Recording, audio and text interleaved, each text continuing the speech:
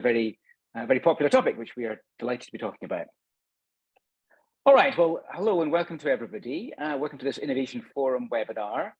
I'm Ian Welch and I'll be your host for the next hour or so. And today, as I said, we're going to be talking about how blue carbon can deliver at scale. As the world's greatest carbon sink, the ocean and its coastal ecosystems are, of course, an essential part of the solution to the climate emergency.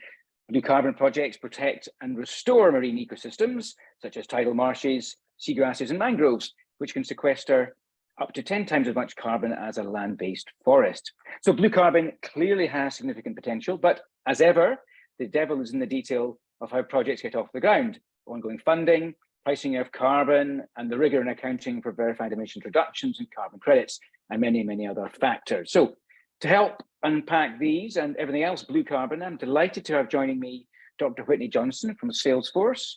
We have Ben Schelk from the Ocean Foundation, Dr. Jennifer Howard from Conservation International, and Liz Guinnessy from Vera. So welcome to you all.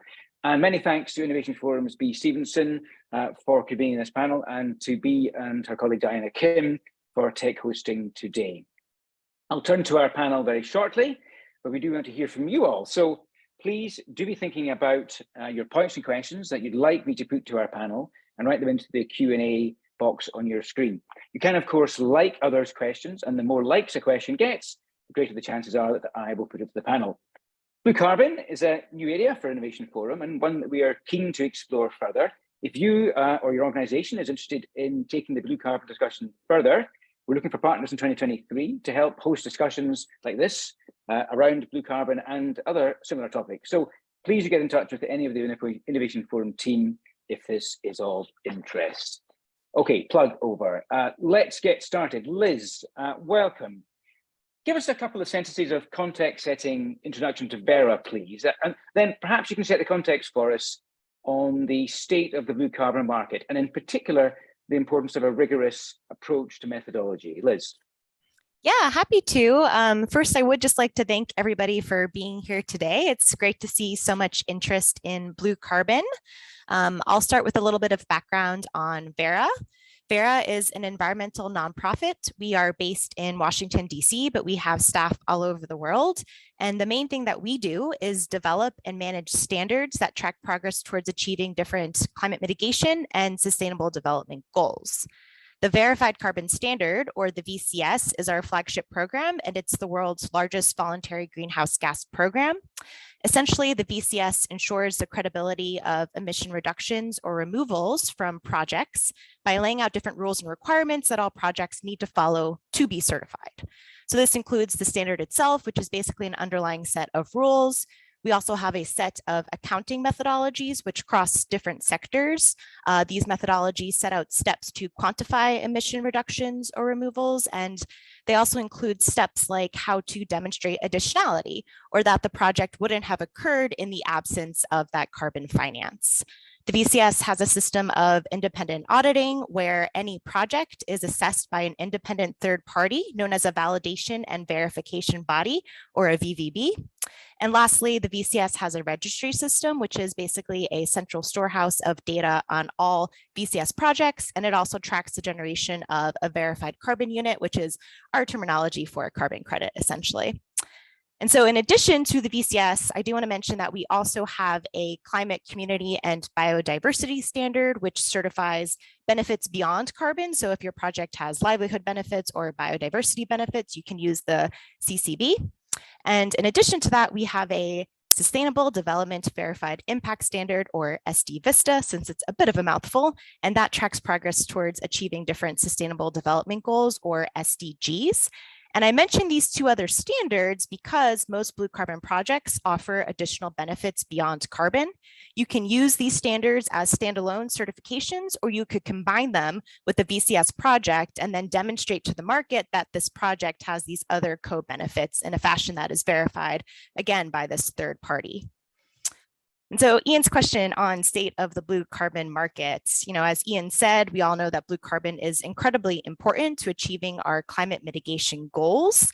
In particular, blue carbon ecosystems store significant amounts of carbon in the below ground soil pool. And if left undisturbed, that carbon can stay there for thousands of years. So incredible opportunity there. But while blue carbon has been shown to have this really significant climate mitigation potential, it took time for the data to really coalesce to the point that we're at today. Currently at Vera, we have methodologies that can credit the conservation and the restoration of coastal blue carbon ecosystems. So I'm referring to tidal marshes, mangroves, and seagrass meadows. And similar to the methodologies, it's also taken a while for projects really to get up and running, but we are seeing that the pipeline of blue carbon projects at Vera is growing quite rapidly. I want to mention that last year, Vera started a Seascape Carbon Initiative, which Jen Howard is actually also part of. And this initiative is considering emerging blue carbon opportunities. So we're looking at things like seaweed farming, seaweed conservation, restoration, seabed management. And the idea of this initiative is that we can identify and prioritize knowledge gaps that exist to be able to create methodologies to credit these activities. But I do want to mention that we currently do not have any methodologies that can credit these marine carbon activities. And then lastly, on the topic of methodologies, I do just want to go through our process to actually develop a methodology within Vera. Essentially, we first receive a concept note, which has some sort of activity that is being promoted. We assess the climate mitigation potential and then the rigor of the science backing that concept.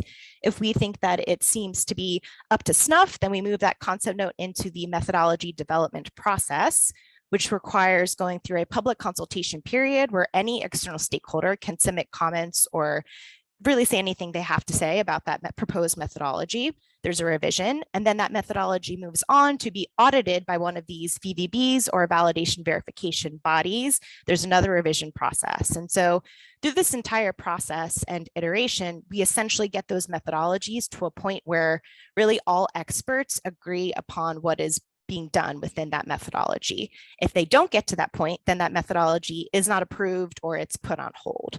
And so I really just want to emphasize that it's important that projects use a rigorous and robust accounting methodology, which is ideally backed by standard, because otherwise it's really difficult to ascertain the true climate impact of what that credit that you're purchasing is actually doing.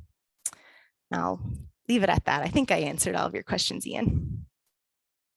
Sure, no, thank you very much. A very useful background to all of that. I wondered, you talked about excuse me, you talked about when you were bringing together methodologies and concept notes and then checking that it all works. What are the sort of things that typically got wrong at that stage? What are the kind of key things that are that would prevent a methodology from going to the next stage? Yeah, I think so. We have a methodology development and review process, which is available on our website, which I would encourage anyone who might be interested in learning more to look at. But I think some of the key factors that would prevent a methodology from moving forward have to do with the science that's backing it and ensuring that it's rigorous, that it's robust, it's based on peer-reviewed scientific literature.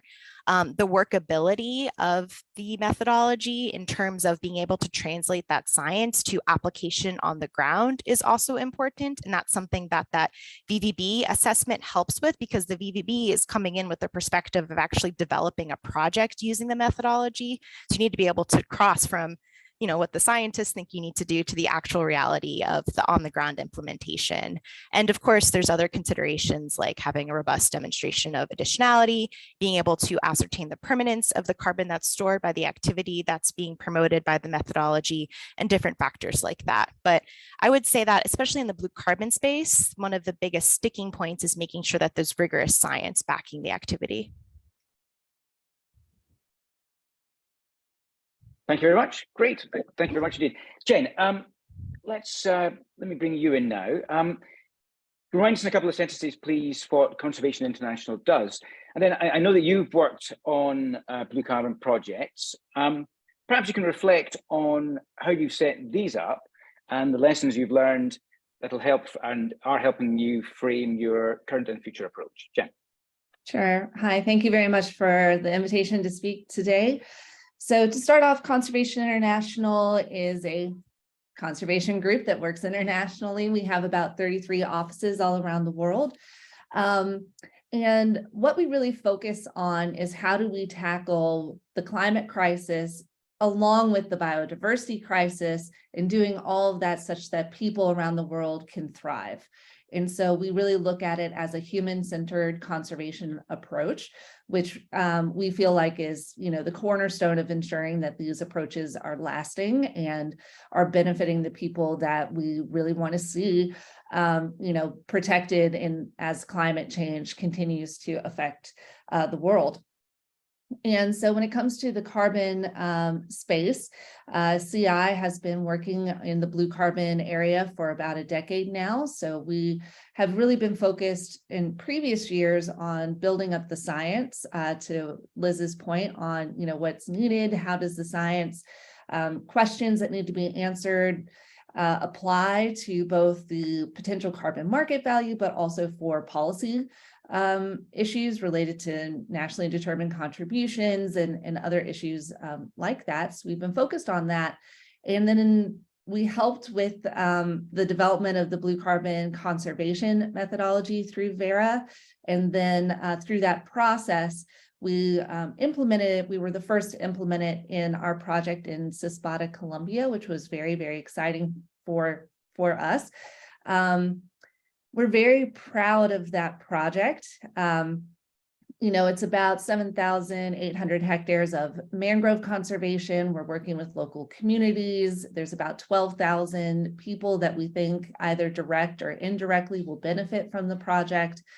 It should produce about 1 million credits over 30 years. So it is a relatively small project, but from that carbon revenue, we are able to transparently say that about 90% of that finance is going back into the project in the form of keeping the project going and sustainable, as well as other community benefits. And we're really excited and proud of that number. But that doesn't even include all the other benefits that are being generated by the project, including a lot of capacity building for data collection, capacity building around what does it mean to enter into the carbon market, which is something that we really feel like communities need to have a very strong understanding of what that means and how to utilize that to the best of, their benefit.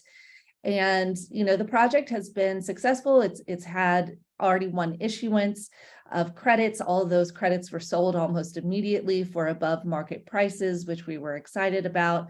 We're in the process now of doing our monitoring report for our second issuance, and the Colombian government has been so impressed with the project that they've asked CI to help them replicate it in about 5 other locations all around the country.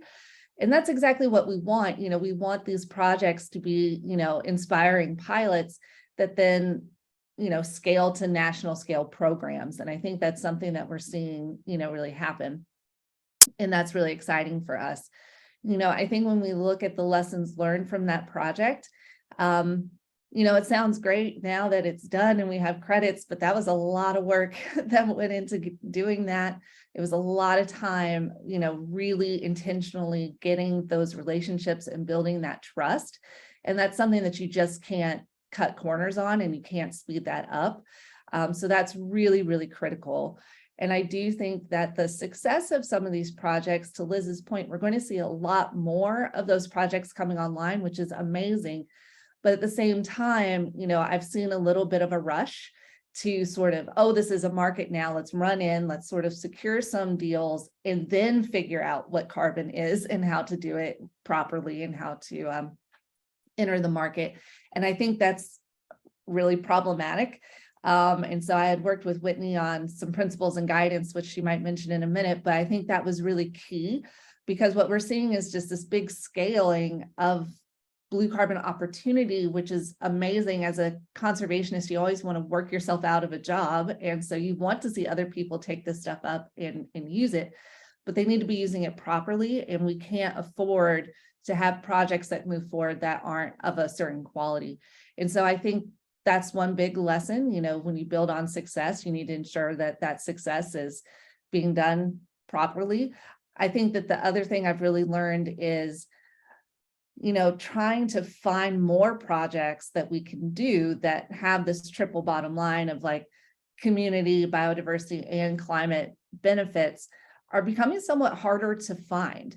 And, there's a lot of reasons for that. It can kind of stem from enabling conditions in countries that may be hesitant to enter an international market. It could be because coastal ecosystems are more fragmented in a lot of cases, or, the area is smaller, making the financial side a little bit harder to make the case for. And there are many other reasons. So, I think we're going to have to start thinking about how do you combine blue carbon finance with other sources of finance, and sort of looking at, how does this combine with perhaps adaptation measures around green-gray infrastructure? How does blue carbon benefit things like sustainable aquaculture and agriculture, which has a big carbon footprint there, and so lots of opportunities around that as well. So, I think as we move forward, we need to be, the lessons I'm really learning are, there's no substitute for the time it takes to build the relationship. And without that, your project's not going to be successful. We really need to be building a community of practice so that, as people enter the space, they have a place to go to understand what it means to be high quality and how to do these right. And then I think personally, we're going to be looking a lot at restoration efforts as well, as particularly around mangroves. And then, finally, like, how do we start to bring other ecosystems up to the same place as mangroves? TNC has a great project in a seagrass. I know Ben works in seagrasses a lot, but most carbon projects are mangroves. There's a lot of other blue carbon ecosystems out there, and we need to start bringing it up to the place where those projects are just as accessible as a mangrove project. Thank you very much indeed. Strikes me that one of the big things that's essential for these projects to work properly are the community benefits. And you, as you mentioned, can you just give us a brief summary of what sort of community benefits, what they look like? What are the sort of community benefits that you want to see? Yeah, so it's going to vary in every location, depending, of course, on the context and the needs of the local communities.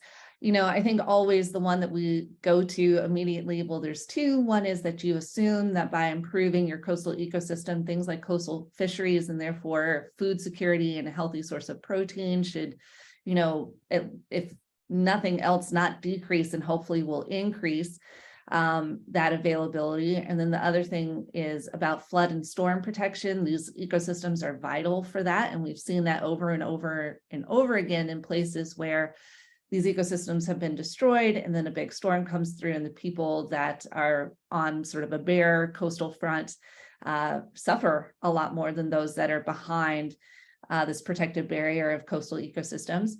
Those are the main ones, but I think that there's a lot to be said for sort of the social, cultural, in some places religious aspect of these systems.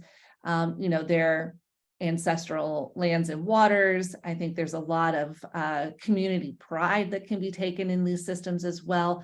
And the other thing that we're really exploring right now is the impact on women in particular.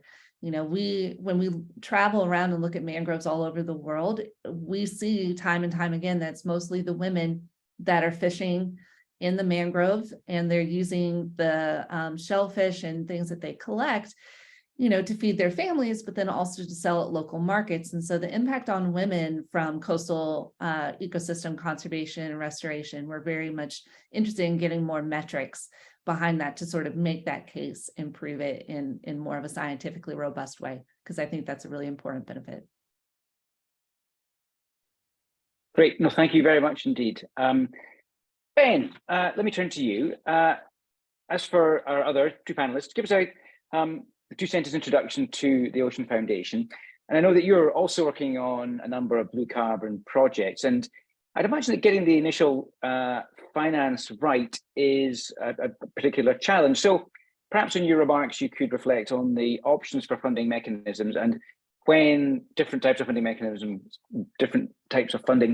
it's not even easy to say, when they're appropriate. Ben.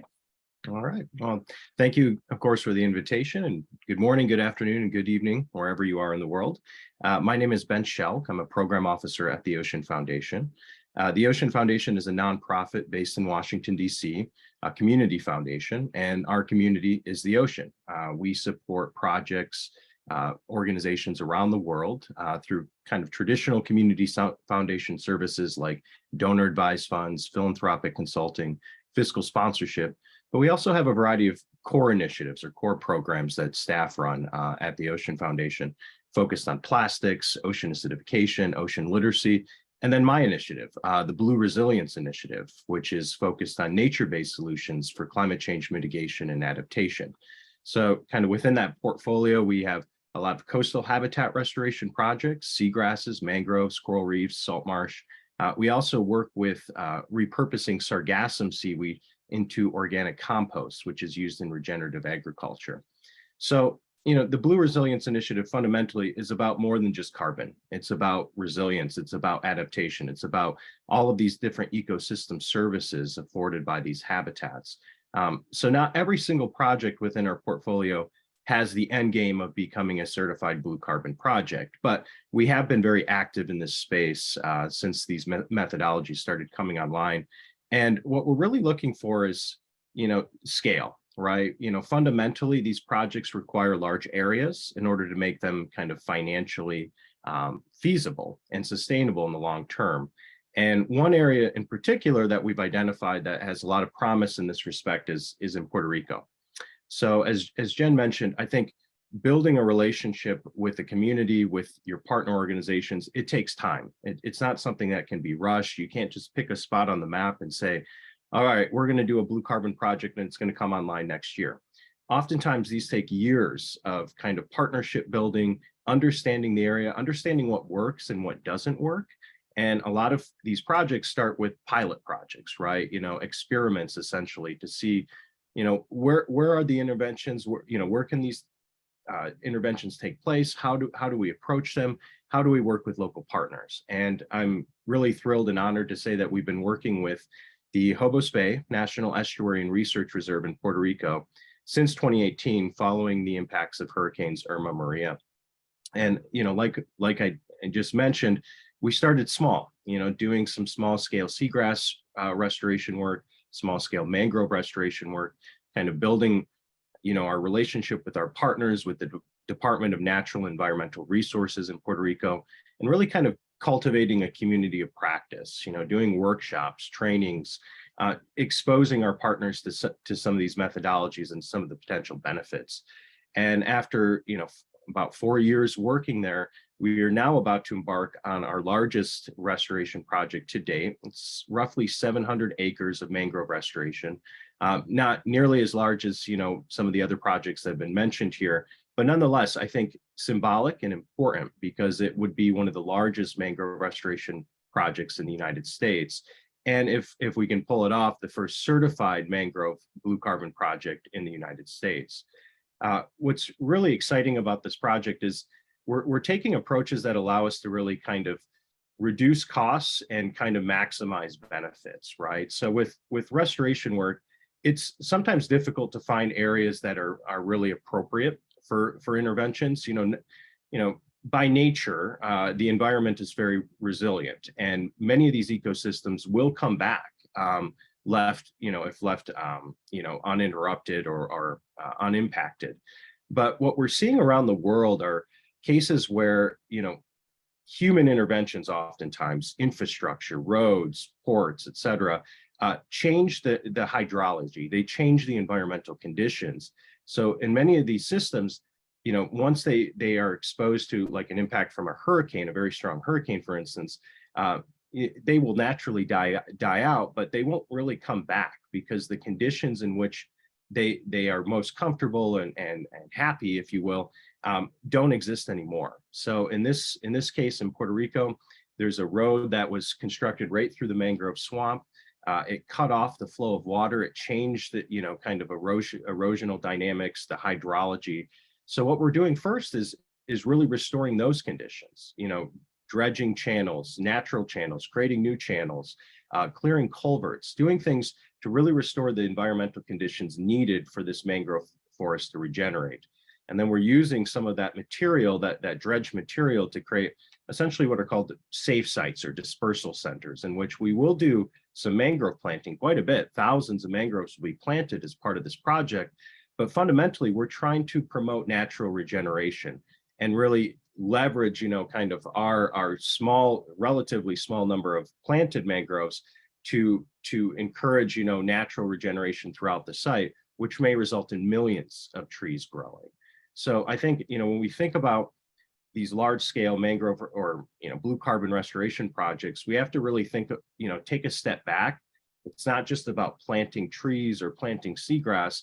It's about restoring the conditions for these systems to come back on their own. And I think from a financial perspective, that really starts to make some of the numbers work as far as certification is concerned. We are taking a more traditional approach as far as financing this project. There are a lot of interesting projects around the world that are doing kind of a pre-sale of carbon credits with the assurance that those credits will be generated. In this case, we're being a little bit more cautious just because this specific project is on public land. I think one of the biggest challenges with blue carbon projects is around the world, many of these ecosystems exist on public land.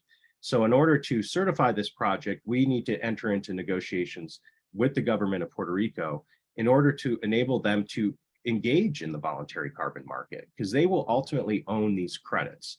But, and for that reason, we're being very cautious about doing any kind of pre-sale. And primarily, we've just been focused on philanthropy, public and private, from government, from private foundations, from corporate partners, to really pay for all these, the initial upfront costs, from feasibility assessments and permitting to the blue carbon baseline assessment, which is needed for certification. And the goal here is that once all of this is set up, once we are able to go through the process with VCS actually to certify the project, the reserve itself will own these credits, and the credits will continue to finance management and monitoring in the long term. And we will essentially be buying the credits off of the project that we financed up front. It's a more cautious or conservative approach, but it really reduces risks for investors. And, frankly, it means that all of that money in the end, for carbon credits at least, will go back directly into the community to support their activities. Thanks, Ben. Do you see going forwards perhaps a more traditional model being introduced, or do you think that it's the public land issue is the one that means that the pre-sale on the open carbon markets might not be the way that would work? Yeah, well, from a financing perspective, there's a lot of talk about, maybe even debt instruments. Blue bonds, for instance, have come up quite a bit as a way to finance a lot of this upfront carbon credits. Obviously, I think it really depends on the site, the project, the partners. There are a lot of different aspects here that are important to consider. For this one, I think we are trying to kind of pave a path, right? Open up an opportunity for other projects throughout Puerto Rico to do the same thing, to certify on public land. And for that reason, we're being very cautious because we don't know for sure at this point whether we can actually do that, right? And in the United States, at least, it's really a state-by-state kind of process. What the seagrass project by the Nature Conservancy was mentioned earlier in Virginia, they had to go through the same steps, essentially, for the Virginia DEQ to essentially kind of manage or own those credits and engage in the voluntary market. So I think in the United States, we will have to take this state by state, coastal states, kind of creating that framework to allow this to happen before we start kind of experimenting with more high finance kind of financing approaches, because we have to reduce that risk. We have to create essentially a framework to do this, which will allow others to kind of replicate that. It's different around the world, really, but I think in many countries you'll have to go through the same process, essentially, in some form or another, either from a legislative or regulatory perspective, create that ability essentially to certify these projects on public land, so then others can kind of take more novel sources of financing and really scale up the work. Great, Ben, thank you very much indeed. Whitney, let me turn to you now. Thank you very much indeed for your patience. Give us a brief context to Salesforce, and I'd be interested to hear from your perspective what it is that Salesforce wants from the emerging blue carbon market. Whitney. Happy to. And I want to thank everyone. Thank you for having me here on this panel. And thank you also to the panelists. I always learn so much from you. So Salesforce is a large technology company. We are a customer relationship management company in our core originally. But we've been thinking a lot about our carbon relationship. And the reason that we're thinking about this is because we're recognizing that the world is facing three major crises: the climate crisis, as well as biodiversity loss, as well as social injustice. And these major crises cannot be solved in silos. They need to be solved through systems-based approach. So what you asked, what are we looking for in this work? That's one of the reasons why we're really interested in blue carbon, because the work that we do with respect to our carbon relationship, as well as with respect to sustainability as a company and leveraging our business as a platform for change, is kind of the point of view that we take in this work, is that we're looking to see outcomes for people and for biodiversity and for climate. And blue carbon is one of those solutions that can deliver in all three of those areas. And in that journey, just a little bit more background on our approach is that we also, hold very, very closely the idea that carbon credits are not an alternative to reducing carbon emissions. So that's the first step. And the one big piece of that is the work that my colleagues do in reducing our carbon emissions, but also our work in advocacy and policy. And so I just think that that's really important to mention, is that we won't be able to reduce emissions entirely only through business decisions. We really need to influence the policy that is setting the stage, and influence that policy in order to decarbonize the grid, in order to protect and restore nature at scale, and in order to transform our economy in a just and equitable manner. So I think that's the big picture in terms of our approach to these major crises, and one of the key first steps that we take. But we also see carbon credits as a last but not later methodology to drive important sources of revenue towards ecosystem restoration and conservation. And so this is then why we concurrently invest in high quality carbon credits. And one of the pieces that I'm responsible for then as the director of ocean sustainability at Salesforce is then partnering with my colleagues around identifying high quality blue carbon credits. And we set a goal to procure 1 million tons of high quality blue carbon credits, which is not necessarily an easy task. Over a couple of years, we gave ourselves some time, but it's not an easy task because the supply is low. As Liz was mentioning, the supply has been low and is starting to grow. So that goal is what gives us then some really great traction to then partner with some of the folks on this call, in fact, as well as others, to help grow that supply. And the first step in that equation is, what is high quality? And so Jen mentioned some of the collaborative work that we did this past year on really tackling that question of what is high quality. And so I'm happy to unpack that a little bit. Salesforce partnered with Conservation International, the Nature Conservancy, Ocean Risk and Resilience Action Alliance, ORA, and the World Economic Forum Friends of Ocean Action, and with Meridian Institute to sponsor and support a stakeholder engagement process and really put the question out to this community of practice to define high quality. And so we ran this open and collaborative process over this past year, and then consolidated and synthesized the inputs and delivered at COP27 in Egypt the final output, which is high quality blue carbon principles and guidance. And we can drop the link into the chat at some point.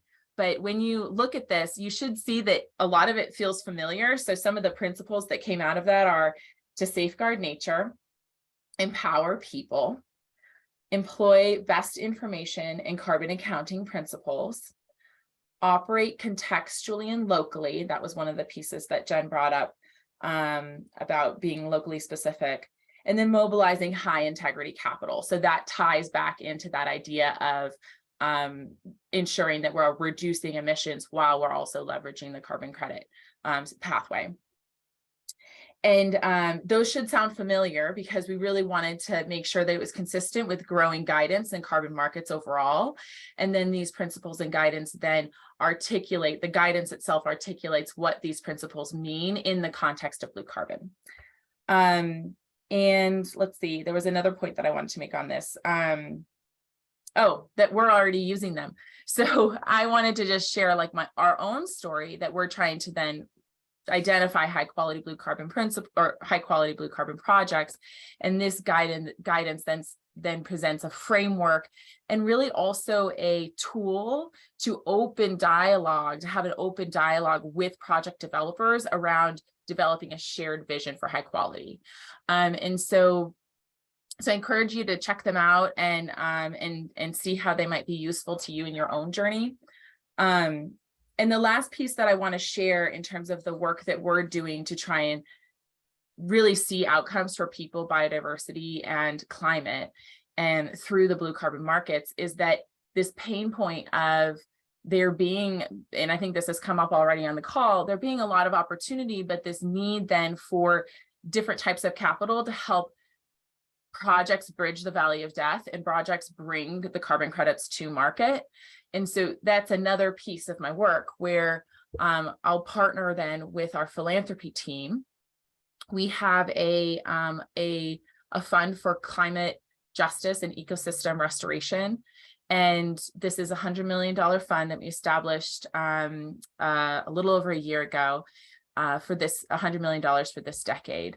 And some of those funds we've actually deployed to 4 early stage projects to help them get some of that early work done and help them de-risk their projects so that they can then seek other types of capital, some of the things that Ben was talking about, get that de-risking work done, build out their business plan, and then they can seek diverse types of capital. So, and one of those projects is actually the project Ben mentioned in Puerto Rico.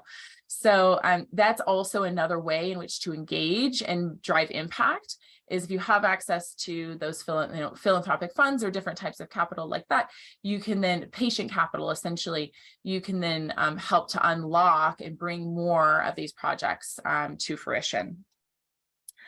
So yeah, I'll leave it at that, but those were some of the key elements that I wanted to share with you in terms of what we're doing to try and see those outcomes. Great. No, thank you very, very much indeed. And thank you to all our panel for their opening remarks. I've been enjoying following the other webinar which is happening right now on the Q&A, some really great interactions. So thank you very much to everybody who's engaging over there. And we'll now try to bring in questions from our audience and put them to the panel as we go. Some of the ones that have been answered already, I do want to bring in some of those points and some of the ones that have yet to be answered. So everyone, or the number one question in terms of its likes is looking at seaweed. Now, what I'm going to do, panel, I'm going to try and put the question just to one of you in the interest of getting through as many as we can. If you do want to come in on a question I've not put to you, just use the raise hand function and I will turn to you. Okay. Seaweed, what are the barriers to including seaweed, particularly farm seaweed, within the blue carbon market? Now, Jen, I believe it was you that mentioned seaweed first. Do you want to turn to that? What are the barriers to using seaweed in the blue carbon market? Yeah, I think Liz might have talked about it. Also, I think that the right now with the science, there's a lot of new science that's coming, and so I don't think it will be long before seaweed and stuff has entered into the market. Developing that method is the number one thing. What I'm finding right now, so I lead a blue carbon working group looking at seaweed and kelp farming in particular. And one of the things that we are trying to do is sort of figure out, what are the fluxes that you have to measure, and then how would you go about doing that? And one thing that we're seeing is we do think that seaweed and seaweed farming will have a climate mitigation benefit. It might not be in all situations because a lot of it's going to depend on ocean dynamics and, how close you are to like a deeper sea environment, or if you're in a fjord or something like that. So all of that needs to be discussed. And so I don't think it will be, you have a seaweed farm, it's automatically going to be able to generate credits. I think it will depend. So that's something to keep in mind. I also think, though, that what we have to really look at is how big does the seaweed farm need to be to generate enough credits from the non-harvested component? And does that fundamentally change the rest of the ecosystem in that area because it has to be so large? So that's a question. And then the last thing though is, I think seaweed has enormous potential as a greenhouse gas mitigation strategy as alternative products and ingredients in more carbon heavy footprint ingredients. And so I think that is probably, the place where it's going to have the most value. But I do think that, in some locations, I think carbon crediting in the sense of you have a plant and the plant breaks off the leaves and the leaves go somewhere or something, will have potential in some places. And I think now we just need to get the methodology in place such that we can allow those opportunities to get some finance. How big of a piece of the pie that's going to be, I'm not sure. And we're trying to figure that out. Thank you. Thank you very much indeed. Ben, did you want to come in? Sorry, what's your raise your hand there? Did you want to come in? No. Okay, good. Thank you. No, I was just reading all these questions. Great questions. They have some great questions. Try to get through as many of them as we can. Liz, quite a straightforward question. What's the timeline for approval of a new blue carbon methodology at Vera? And if you give the answer as briefly as you can while still answering the question, please. Yeah, I think it's hard to predict the timeline for a methodology. If there is already robust science and a very experienced developer putting forward a concept, it usually takes about 18 months. Some of the blue carbon methodologies, because of the complexity, can take a little bit longer, but I'll say 18 to 24 months would be my estimate, assuming conditions are right. Okay, great. Thank you very much. Great question here. Which I'd like to put to Ben, actually. How do the panelist organizations overcome the challenge of the oceans being connected systems, the impacts can be distributed and diluted? Great question. Ben, how do you overcome that problem, challenge? I will say, a lot of the degradation of coastal ecosystems results from things that, people are doing, right? There are a lot of issues with nutrient and sediment pollution. And, I think these are some of the key drivers behind degradation. Thinking like Florida, for instance, we've all seen the terrible, kind of articles about the manatees dying in the Indian River Lagoon, for instance, and because they're running out of their food source, seagrasses, essentially. But there are a lot of challenges, working in a place like Florida or really around the world where you're facing huge water quality issues. And it begs the question whether or not restoration is really appropriate until you actually address some of these underlying stressors, right?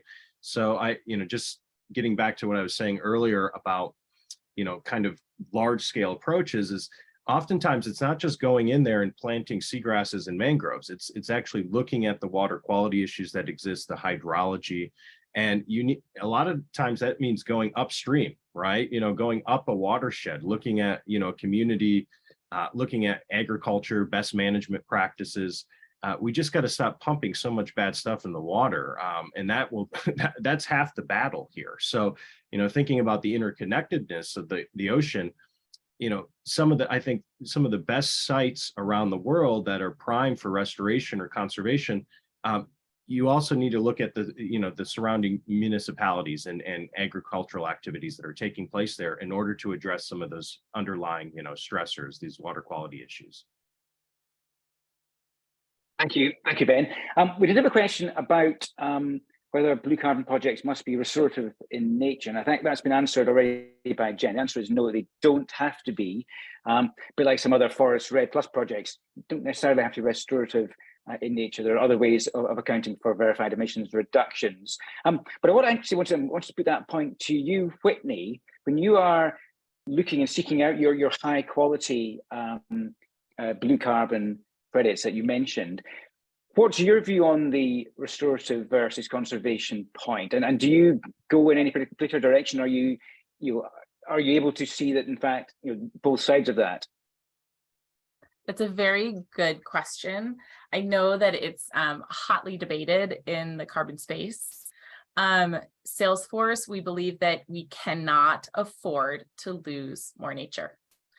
a intact ecosystem is far more valuable than a restored ecosystem because of the millennia over which it's been building up and functioning and the complexity that's been established over so much time.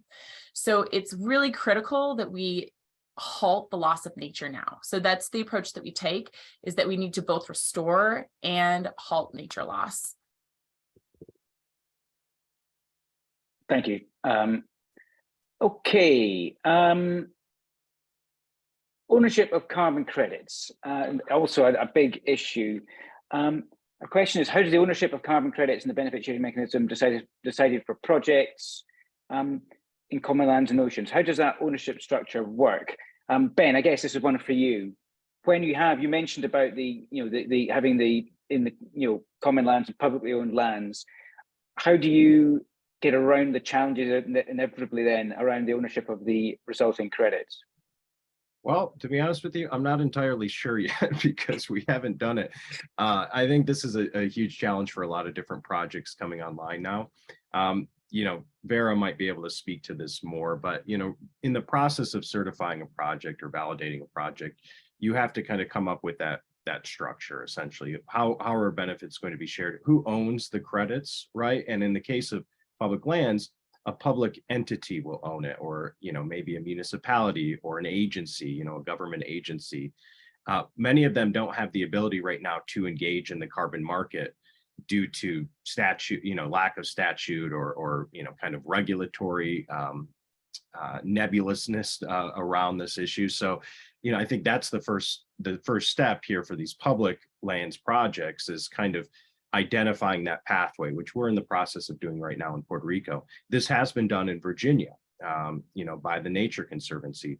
But, looking globally, it's really specific to that, that country, its legal structure, how natural resources are treated, especially these coastal ones, right? Which almost in many cases are owned by the public, essentially. So, with us, what we're really looking for is a way to support this reserve, to support the National Estuarine Research Reserve, which is federal, but nonetheless, really needs resources to do the great science and kind of community engagement work that they're doing. So, the goal here is essentially for those credits to be owned by the DNER in Puerto Rico, and then they will be able to sell them to us, to others, and then that money will flow back into the reserve to support their staff, to support equipment, to support their activities.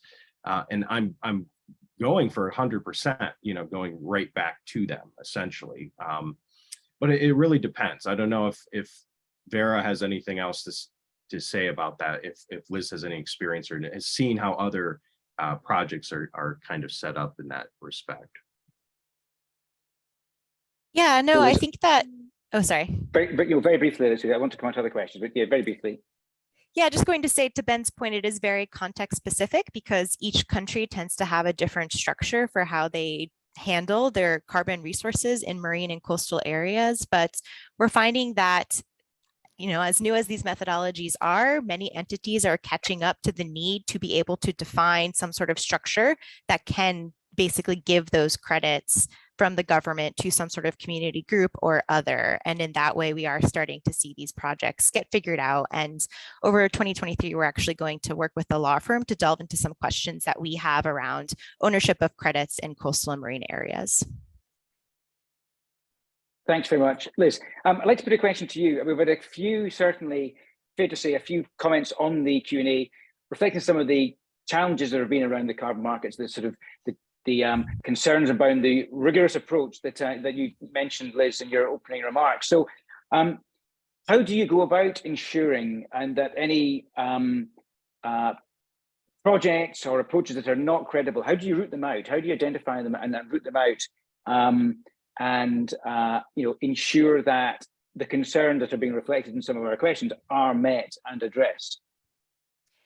Yeah, well, any project goes through a lot of checks and balances before you get to the stage of actually issuing any credit. So there is a review by Vera staff. We're starting up site visits by Vera staff to projects as well, which is something that we hit pause on during COVID, but now that things are more or less back to normal, we're starting to do that again as well. We also have this third-party independent body, the VVBs, that go and they do both a desk and a field audit of a project. So with all of these actors at play verifying a project, you tend to find the issues with the project. For example, if the project developer didn't do a sufficient job of engaging with the community, that becomes very apparent very quickly when you actually go and you visit the project site. So in that way, we have these checks and balances, and we're able to prevent projects that aren't valid from moving forward. Okay, thank you. Question about, we referred earlier to blue bonds, and we get a number of questions looking at what sort of income streams are necessary to underpin the issue of blue bonds at investment grade and scale. Ben, did you mention blue bonds before? I mean, what sort of income streams are necessary to guarantee or to underpin the issue of blue bonds? Do you think, or do you? Yikes, yeah, this is a tough question, but I think folks that have been looking at this are looking at it more from, the carbon essentially will pay back the bond, right? So if you have a certain projection around the number of credits that you're going to be generating, theoretically, the bond could be paid back over the long term, let's say 15, 20 years via the sale of carbon credits. So the investors will have some type of return. I think we need to be cautious though, especially with debt instruments when we're thinking about, working in some of these kind of developing nations around the world, selling bonds essentially might get people into trouble, right? If there's no, if a project has some kind of issue throughout its life cycle, maybe the projections were not accurate, up front as far as the amount of carbon, that would be sequestered and stored through the project. And so we need to be very cautious when approaching these new novel instruments, if you will. But I think that they have huge opportunity, especially for REDD+ projects, to kind of finance some of these upfront activities, kind of develop the benefit sharing mechanism and system, really work with communities up front with that money from that bond sale, and then eventually pay it back, through kind of a REDD+ scheme. But it's all just kind of in discussion right now. I haven't seen anyone actually do it. The only blue bonds that exist are debt swaps, essentially, at this time. Okay, thank you very much indeed. Another popular question for the recent question is, how will ocean acidification affect blue carbon? Jen, do you have any thoughts on that? Another great question. I mean, they're obviously connected, right? So you have healthy seagrass ecosystems, particularly you're going to be removing more CO2 from the water column. That's going to, decrease ocean acidification. I think as ocean acidification and temperature continue to go up, we're going to start to see harm being done to more than just the coral reefs and the calcifying organisms. It's going to start really playing out at a much broader scale.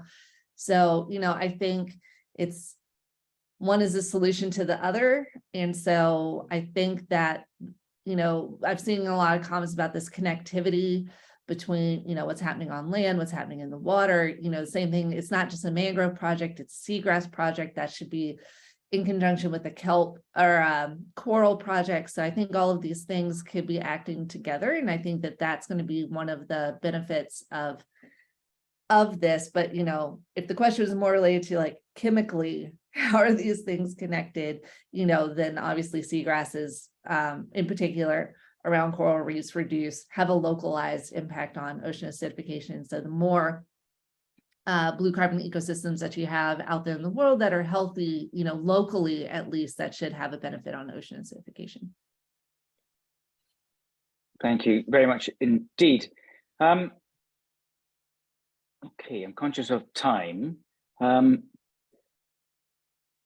Perhaps we can then turn to back to the panel, and I'm very keen to try and sum up what we've covered over the past hour.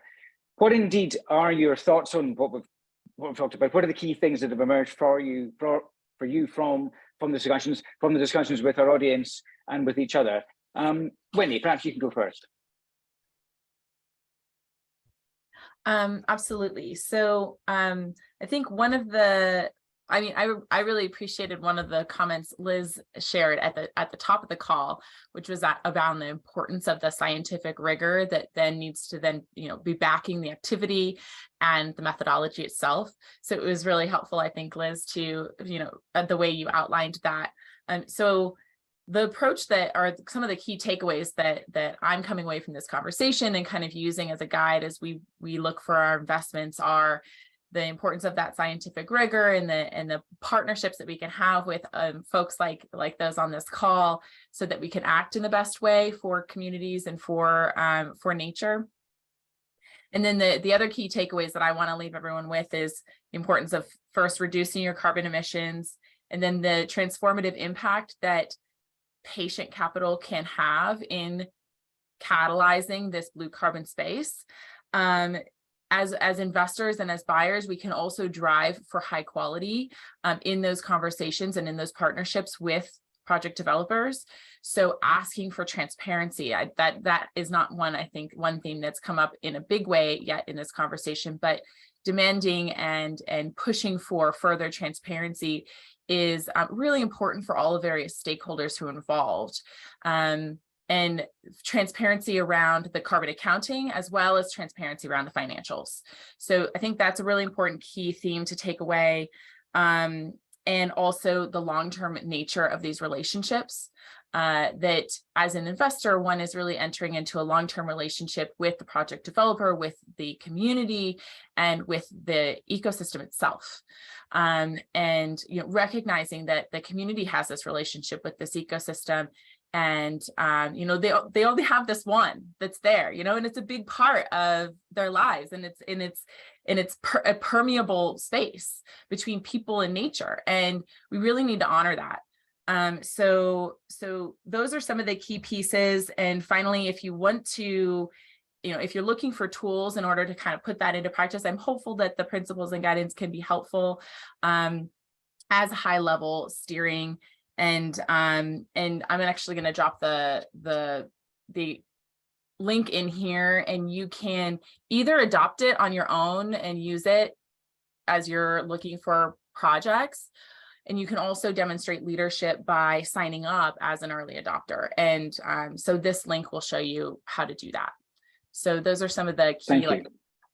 Thank you. Yeah, I don't think the chat is available for everybody, but we will share that link. If you could make sure we have that link, we will share it with everybody when we send out the recording. Thanks, Whitney. Liz, if I turn to you now, just to build on the point around transparency, that's something again that's come up in the questions. What does Vera require in terms of transparency for when you're certifying projects, and particularly in terms of where the distribution of the revenue goes? What kind of transparency levels do you require? Yeah, so our registry includes all project documentation. It can be kind of hard to dig in there, but that information is captured transparently. The VCS doesn't require that revenue is shared with the local community, but we are finding that the most successful projects do in fact do that. And that's something that is built upon within our CCB. Something else I do want to mention, we at Vera, we're constantly going through a process of continuous improvement and as adaptive as the management needs to be for these blue carbon systems. And so another thing we're working on over the course of 2023 is actually updating our safeguards. This includes our environmental and social safeguards, so that they reflect what needs to be done within these projects. And I do think that we'll end up taking a lot of what's captured in the high quality blue carbon principles and guidance and making sure that that's included in our safeguards. Thanks. Thank you, Liz. Jen, what are you taking away then from the last hour? Briefly, if you will. I'm conscious that our hour now is almost up. Sure. I think this is something I've talked a lot to Whitney about also in the development of the principles and guidance, is sort of this balance between, what is the absolute most optimum thing versus what is practical, and how do we get more projects onto the market. And I've been talking about that a lot in the questions in the chat. Nature is messy. It's a living thing that breathes and moves, and we can only control it so much. But these projects are so important. What is the level of science that's needed? You always want that science to be as high quality as possible, but there has to be a path. And that's something Whitney and I are really interested in developing together, is what is that path to get you from here to here? And just because you're here doesn't mean you should be completely blocked out of this market and not be able to have access to anything. Like that's just going to get people that are behind, they're just going to stay behind. And so building that path, and I think that's something that I'm seeing a lot in the chat is, you know, what's the base level of knowledge? But I would love to see that your first issuance and the funding from that, there's dedicated funding to increasing your science, but it doesn't mean that you can coast on averages. It doesn't mean you can coast on this. You should always be improving. And I think that's what we're seeing. And so this balance between incredibly high levels of rigor and effort that is needed versus where people are starting at and building that path, I think from one to the next is my main takeaway today. Thanks, Jen. Ben, you briefly, if you would. Yeah, I'll wrap up quickly. Well, I think what's clear is that it's a very exciting time to be working in blue carbon and working in these communities. You know, the last decade was full of a lot of pilot projects, a lot of experimentation, understanding these new methodologies that are coming out. Now we're hitting it, you know, hitting the road with this knowledge, with all the experience that's been gained over you know, a decade now. And it's really exciting time to be involved with this, but it's more than just about carbon. You know, it's about all of these other kind of co-benefits that are really important to price into this model. So I think as an investor, or as a company, you know, when you're thinking about, you know, supporting a project like this, don't go into it just about the carbon. Think about, you know, the larger impact you can have and the importance of some of that patient capital that Whitney had mentioned. It's absolutely critical to get these things off the ground. And I want to see a lot more projects around the world, you know, kind of overcoming these initial obstacles and barriers. And so we can really see the potential of this emerging new sector. Thank you very much indeed. Well, we are out of time. So we'll have to draw things to a close, I'm afraid. Thank you so much to our panel for their time and their insight today. It's been a really interesting conversation, really interesting discussion. We've had 47 questions. I can't remember 47 questions on a webinar before. So that demonstrates the level of interest. So thank you very much indeed. We'll be in touch to share the audio and video recordings of this webinar so that you can watch or listen again at your leisure and share with your colleagues. I'm not sure how we can do this, but I'd like to try and get the Q&A string shared with everybody as well, because it's really interesting and there's some really good discussion points and answers to some of the questions and debates. I think we'll try very hard to make sure we can share that with everybody as well. Do head for the Innovation Forum website for more webinars, more podcasts and insights, along with details of what we're up to in 2023. And if you are interested in partnering with us on blue carbon, there's been really interesting, a huge amount of interest today. I'm sure we'll something we'll be doing again. Do get in touch with us. We'd love to hear from you. But for now, I hope you found this webinar useful. I've been Ian Welsh, and thank you for joining us, and goodbye.